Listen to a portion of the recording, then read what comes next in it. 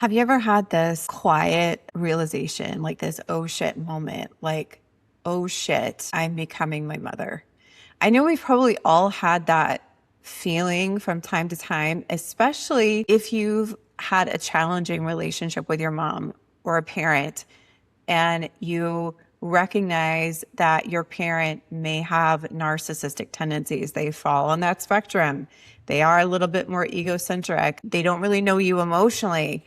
And you look at the life trajectory that your own parent has taken, and somewhere along the way, like in small moments by yourself, you start having this like sinking light bulb, yucky feeling like, oh my God, am I doing that? Despite knowing logically that I don't want to do that. We're going to talk about that moment and what it takes to change the course of your life if you've experienced narcissistic abuse, whether it was at the hands of a parent or with the hands of an ex. My name is Bethany Dotson. I'm a relationship coach and a trauma-sensitive somatic therapist. I work with high-achieving women who've experienced narcissistic abuse, feel like they've learned all the fucking things about a narcissist, all about their codependency, all about their attachment styles, and still feel like they are stuck living in self-protection mode and attracting the same types of people despite knowing that they want a different person. Let's talk about some of the ways that this sneaks up on us when we've experienced pain in a relationship. Like, just as statistically speaking, the majority of trauma, listen to this, the majority of trauma doesn't happen on a battlefield or in a car accident or getting robbed. That does happen. The majority of trauma happens in the confines, in the context of a close interpersonal relationship. We call this relational trauma. More than 86%, I would even argue like 100% of people nowadays are walking around with some form of relational trauma. When this happens to you, and it happens to you repeatedly, we go into self-protection mode. And if you identify with being goal-oriented, ambitious, driven, successful, you go after your goals. Like, the ways that this is going to show up for you is you're going to have a tendency to overextend yourself, whether that's with your clients, colleagues at work, with your friends. And it's not going to be so obvious. Like, you're aware that you overextend yourself. You are aware, like, looking back, hindsight is always 20/20, of how much you overextended yourself with your ex or even with a family member. But I want to highlight here that even though you logically know you need better boundaries, the ways that this shows up for you are going to still be infiltrating in your life. They're going to be small and subtle. Like, somebody sends a last minute email and it's 4:45 and you're leaving in 5 minutes. And then you decide, okay, well, I guess I'm going to respond to it. I don't want this person to like wait the whole weekend, right? It's a small little way. But when you start doing this day in and day out and you negotiate with your inner knowing, you negotiate with that gut feeling that's going, no, I told myself I wasn't going to do this. This is ultimately like what leads us to toxic relationships, unfulfilling relationships, heartbreak, like feeling stuck in our lives, is this pattern of negotiating with our gut instinct. And the irony is, if you've experienced relational trauma, it trains you to be very perceptive on other people. And when we're very perceptive, we're also very intuitive.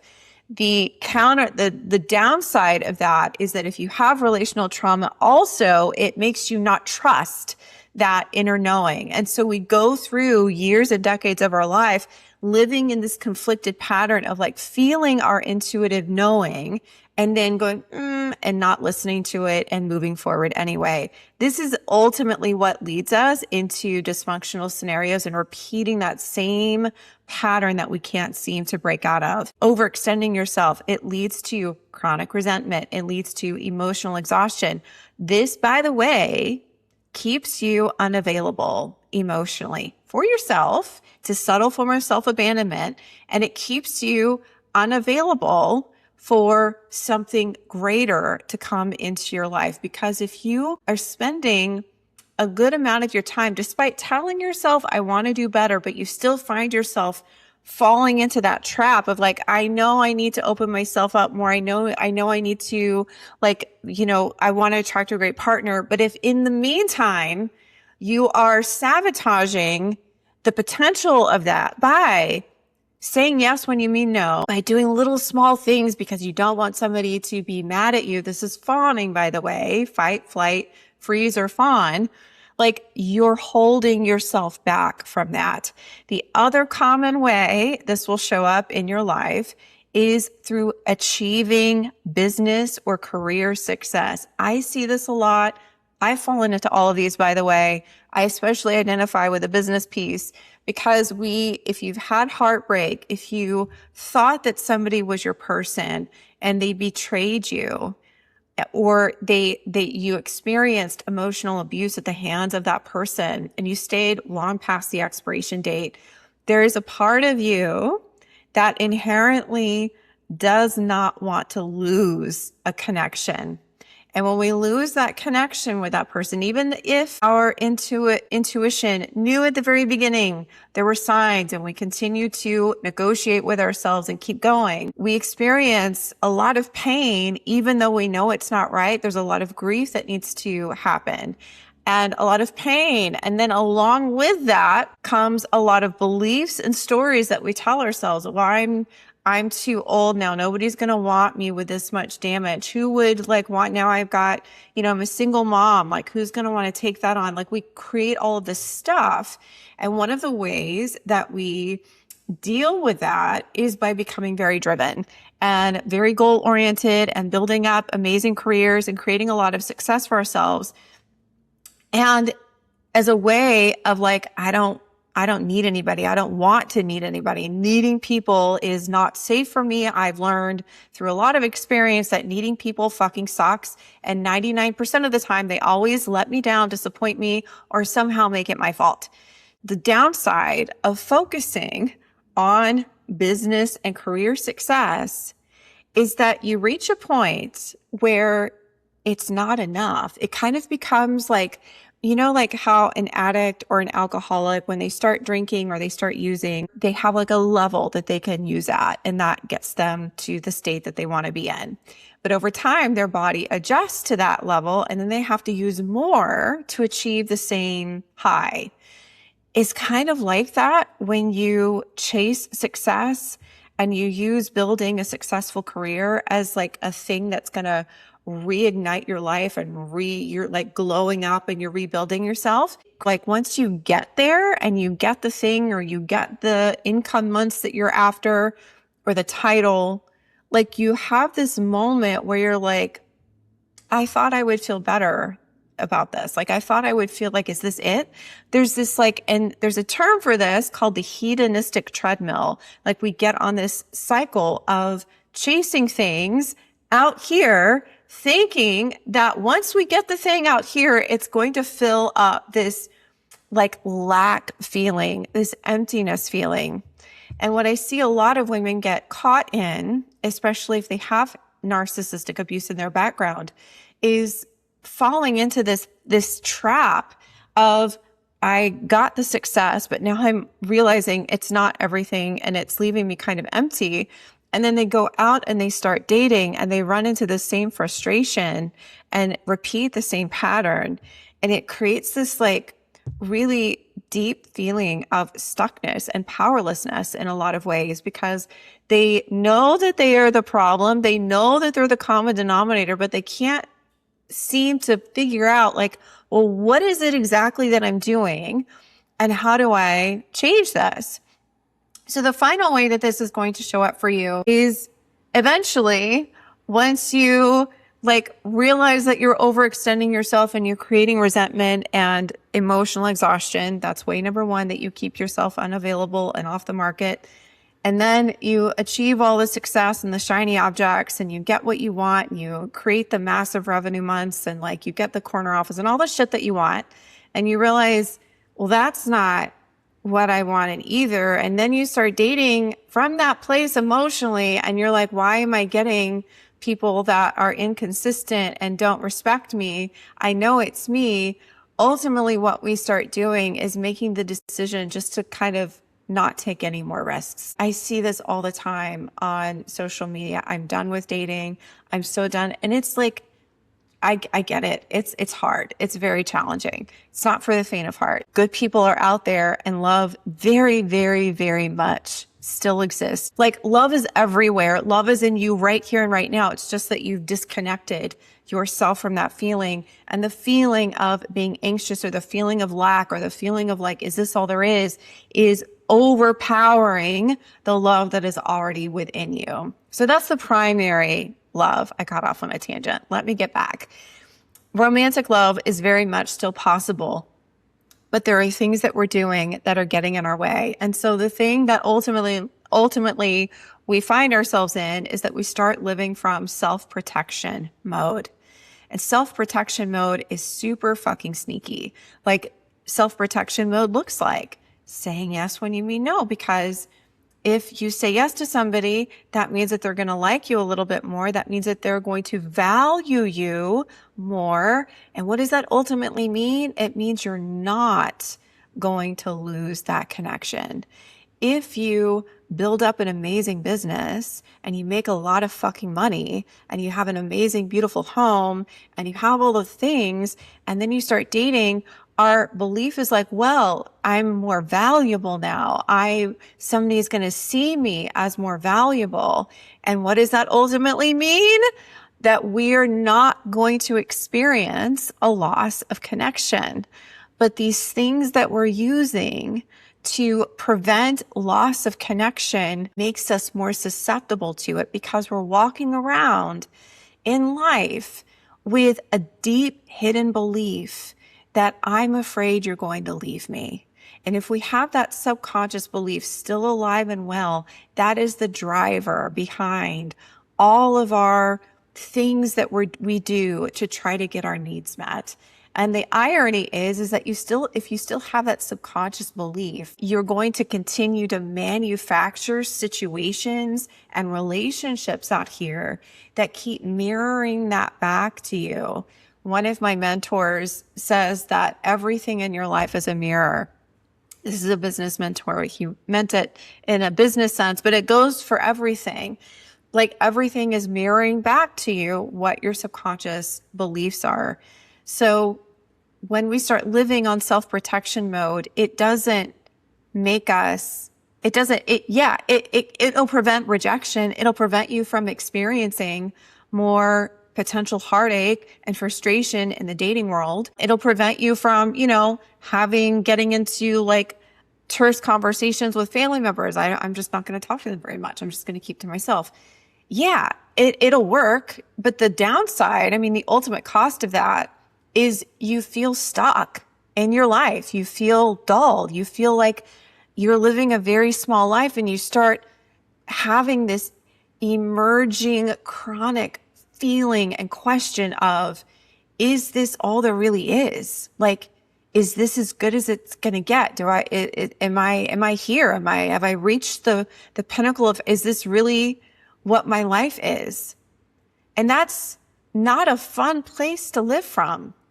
So the thing that is going to ultimately break you free of this pattern is learning how to experience more discomfort. Ultimately, that's a very simplistic way of putting it, but learning how to develop the capacity to experience rejection, develop the capacity to experience disappointment in dating, to develop the capacity of experience somebody not showing up the way that you want. Even if you get into a healthy relationship, I've seen this all the time. I've had clients who've shared this. I've experienced this. When you get into a healthy relationship, you are going to get disappointed by that person. Like, it's learning how to develop the discernment of knowing where your trauma and your patterns are influencing your choices in that moment. And then developing the capacity to stay with the uncomfortable feelings and make an aligned choice from your wiser self, not the part of you that is terrified of losing the connection. And that's where a lot of people slip up. I'll give you a very short example. I did a video on this last week. Like, let's say you're dating somebody. On paper, it's going really, really well. He's like got all the things, like 99% of what you want on your list. Handsome, chivalrous, he's kind, he's pursuing you, he's consistent in scheduling dates, he initiates the dates. But there are these little itty bitty inconsistencies in what he says that don't seem to add up. Like, he tells you something on date number 3, but it doesn't really match what he told you on date number 1. You're kind of like, And like, but it's those things, those tiny things that hit your radar. Then that moment you had, and it's tiny, it's a small moment. What most of us will do is we will negotiate with that yucky feeling. I don't like this feeling right now. There are all of these good things in front of me that I'm seeing that I want to keep pursuing. I want this connection. But there are these little true gut moments that are hitting your intuition. And you're like, I don't want to listen to that. I don't want to listen to that. That is ultimately living from self-protection mode. And it's insidious if you have childhood trauma, narcissistic trauma. You are so highly susceptible at doing that. And doing that ultimately leads you to feeling exhausted, frustrated, bitter, jaded, whatever.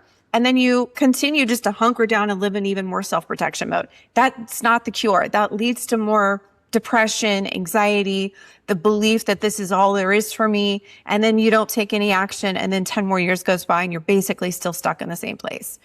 The thing that breaks you free of this pattern is learning emotional regulation, learning some type of daily practice, somatic work, something that is going to keep you grounded in your body, in yourself, when something inevitably pricks your intuition and when something or someone inevitably triggers you, brings up your stuff. The second thing is learning to develop the capacity to hold the emotional tension, yuckiness when those things happen, and not immediately rush into self-protection mode, but making a different choice from the version of you that already has everything that she wants. I know this might be like hard to understand if you've never done it before, or you're like, what is she talking about?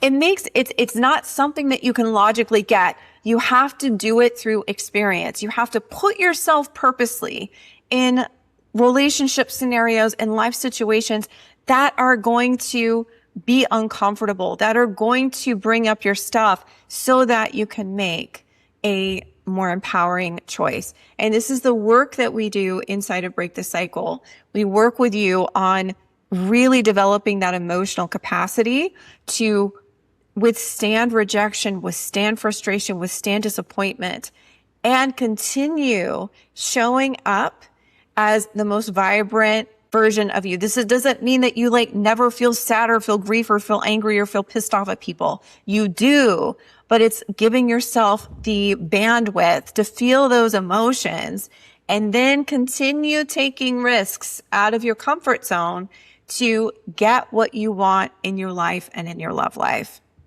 I have a free training that walks you through some of the core shifts that you might be missing if you've had a lot of therapy, if you know all about codependency, if you know all about the fucking narcissist and you don't even care about narcissistic traits anymore. You're like, why am I still doing this? My free training shows you the things you're probably still missing and that you still need to work on in order to close that gap. Go to bethanydotson.com/training. And then if you would like to have a free conversation about, hey, are we a good fit to work together? Where do you want to be in 12 months? Do you probably not standing in the same place that you're at right now? If you want to have an honest conversation about what your life could be like in 12 months, where do you want to go? Am I the best person to help you get there? Then book a free discovery session. Go to bethanydotson.com/talk, and we will have an eye-opening, gently confronting, highly inspiring talk that could be the start of changing your life. I'll see you on the next episode.